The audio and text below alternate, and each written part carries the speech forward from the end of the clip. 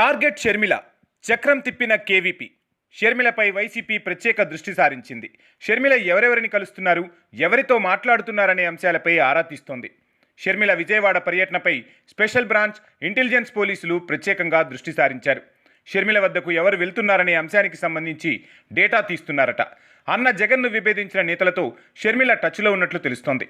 వైఎస్ఆర్తో సన్నిహితంగా ఉన్న నేతలతో మంతనాలు జరుపుతున్నారని సమాచారం. జగన్ను వ్యతిరేకించేవారు, బడుగు బలహీన వర్గాల నేతలను పార్టీలో చేర్చుకోవాలని షర్మిల భావిస్తున్నారట. ఈ నేపథ్యంలోనే వైఎస్ఆర్ ఆప్తమిత్రుడు కేవీపీ రంగంలోకి దిగినట్టు తెలిసింది. షర్మిల వెంట కేవీపీ ఉన్నారని, పలుకుబడి ఉన్న నేతలను తిరిగి కాంగ్రెస్ పార్టీలోకి తీసుకొస్తున్నారని వార్తలు గుప్పుమంటున్నాయి. కేవీపీ మరోసారి చక్రం తిప్పుతున్నారని కాంగ్రెస్ పార్టీ నేతలు అంటున్నారు. వైఎస్ఆర్తో కలిసి నడిచిన నేతలను కేవీపీ తీసుకొస్తున్నారు. ఇప్పటి తరం నేతలతో షర్మిల మాట్లాడుతున్నారని తెలిసింది. పాత కొత్త తరం నేతలతో కాంగ్రెస్ పార్టీకి పూర్వ వైభవం తీసుకొచ్చే పనిలో షర్మిల బిజీగా గడుపుతున్నారు. కాంగ్రెస్ హైకమాండ్ ఆమెకు ఫ్రీ హ్యాండ్ ఇచ్చిందని షర్మిల వర్గ నేతలు చెబుతున్నారు. దివంగత ముఖ్యమంత్రి వైఎస్ రాజశేఖర రెడ్డి ఆత్మగా కేవీపీ రామచంద్రరావుకు పేరుంది. వైఎస్ పాలన చూసుకుంటే ఆయన తరపున పార్టీ వ్యవహారాలన్నీ రామచంద్రరావే చక్కబెట్టేవారు. అప్పట్లో స్థానిక సంస్థల ఎన్నికల్లో అభ్యర్థులను నిర్ణయించాలన్నా కేవీపీయే చూసుకునేవారు. అంతేకాదు, అసెంబ్లీ సీట్ల విషయంలోనూ, మంత్రి పదవుల విషయంలోనూ కేవీపీ మాటే చెల్లుబాటయ్యేది. ఇక ఐఏఎస్ల నుంచి ఐపీఎస్ల వరకు కేవీపీ నుంచి అప్పట్లో ఫోన్ వచ్చిందంటే చాలు, వైఎస్ చెప్పినట్లే భావించి ఆయన ఆదేశాలను అమలు చేసేవారు.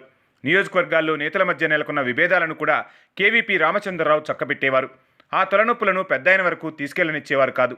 వైఎస్ కేవీపీలు ఇద్దరూ స్నేహితులు, అంతకు మించి ఒకరిపై ఒకరికి నమ్మకం. అందుకే వైఎస్ రాజశేఖర రెడ్డి కూడా కేవీపీకి ఫ్రీ హ్యాండ్ ఇచ్చేవారు.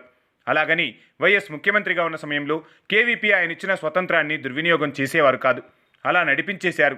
అలాగే కేవీపీ రామచంద్రరావును వైఎస్ రాజశేఖర రెడ్డి రాజ్యసభ సభ్యుడిగా 2 సార్లు చేయగలిగారు. అలాగే అధినాయకత్వంతో మాట్లాడే విషయంలో కూడా వైఎస్ తరపున కేవీపీయే చూసుకునేవారు. వైఎస్ మరణం తర్వాత కాంగ్రెస్లోనే ఉన్న రాజకీయాల్లో అంత యాక్టివ్గా లేరు కేవీపీ. అయితే షర్మిల ఎంట్రీతో ఆయన కీ రోల్కు సిద్ధమైనట్లు టాక్.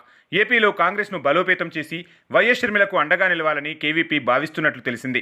అందుకే ఆయన ప్రత్యేకంగా ఆపరేషన్ ఏపీ అంటూ రంగంలోకి దిగినట్లు పార్టీ వర్గాలు చెబుతున్నాయి. ఆయన షర్మిల వెనక ఉండి నడిపిస్తారన్న టాక్ కూడా కాంగ్రెస్లో బలంగా వినపడుతోంది. అయితే ఎవరెవరు పార్టీలో చేరుతారన్నది తెలియాలంటే మరికొంత సమయం పట్టే అవకాశం ఉంది.